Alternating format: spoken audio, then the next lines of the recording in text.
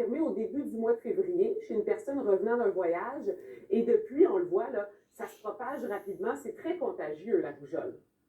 Oui, alors la rougeole, c'est une des maladies les plus contagieuses, Ah oui? puisqu'on sait que, oui, oui, on sait qu'une personne qui a la rougeole pourrait infecter jusqu'à 10 ou 15 autres personnes. Donc les gens qui ne sont pas protégés sont très susceptibles d'attraper la rougeole. C'est une maladie qui se transmet donc par des particules dans l'air et le virus, même si la personne contagieuse a quitté la salle, peut rester encore contagieux, Ah si oui. vous voulez, jusqu'à 2-3 heures après. Donc, en théorie, par exemple, quelqu'un qui a la rougeole, vous êtes dans une salle d'attente en même temps que cette personne-là, vous venez 2 heures après et votre risque d'attraper la maladie et d'être infecté est encore présent, ce qui est très rare avec d'autres virus ou d'autres microbes. Et ça, Donc, la rougeole, c'est définitivement une des maladies souvent qu'on enseigne comme étant la plus contagieuse. très bien. Et on n'en avait pas vu avant 2019, là, les derniers cas qui remontaient au Québec. Alors, ce qui s'est passé, c'est que la rougeole, il y a des vaccins extrêmement efficaces contre la rougeole et il y a eu une diminution de la couverture vaccinale en Europe et dans certains pays du Moyen-Orient, d'Afrique, où donc on a commencé à avoir une résurgence de la rougeole en 2022 et surtout 2023. Et avec les voyages, évidemment, cette rougeole-là se propage à l'échelle planétaire.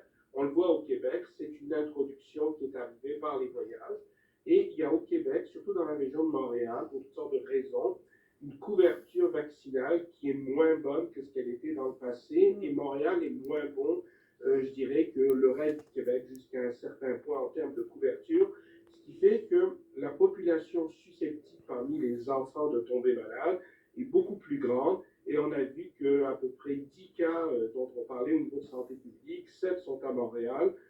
En Ontario, il y a eu aussi un certain nombre de cas, pratiquement tous qui sont en relation avec des voyages. En Colombie-Britannique également, encore une fois relié au voyage. Donc, on voit que l'importation de la rougeole au Canada sert de facteur déclencheur à la propagation de la maladie dans une population qui n'est pas toujours très, très bien protégée. Au Québec, on sait qu'on a un très bon programme de vaccination par la rougeole qui est disponible. Habituellement, les enfants vont recevoir à 12 mois leur premier vaccin et ils reçoivent un deuxième vaccin dans l'année qui va suivre. Donc, globalement, au Québec, ce n'est pas un problème de disponibilité puisque les vaccins sont disponibles, ils sont administrés, c'est facile de les avoir, mais ça a été dans certains groupes une résistance à vouloir faire vacciner leurs enfants. Et évidemment, ces gens-là sont aujourd'hui susceptibles. Et pour les enfants de moins de 12 mois, c'est dangereux quand même, non? Comme vous dites, on ne peut pas se les vacciner, mais qu'est-ce qui arrive? Ben, on peut les vacciner. Par exemple, le CDC aux États-Unis recommande que les enfants de 6 mois à 11 mois qui vont voyager dans des zones, entre guillemets, à risque pourraient recevoir le vaccin. Donc, ce n'est pas une coupure absolue, si vous voulez.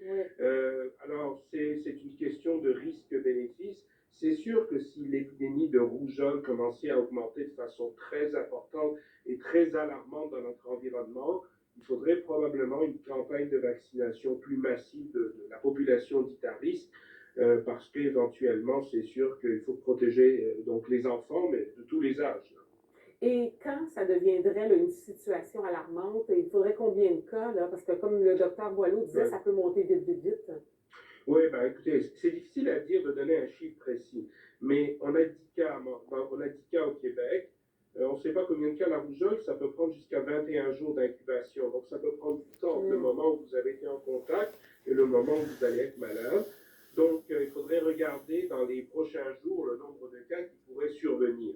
C'est sûr, si on commence à avoir des dizaines, voire des centaines de cas au Québec, ça deviendrait définitivement un signe d'alarme où une campagne de vaccination, au moins dans les populations ciblées, devrait être faite.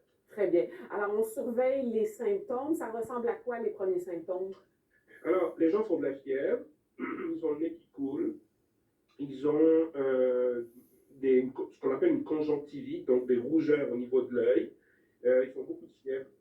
Et souvent, le danger, c'est que c'est l'éruption, la rougeur partout sur le corps qui peut être très diffuse à ce moment-là. Merci beaucoup, Dr. Calvez, d'avoir été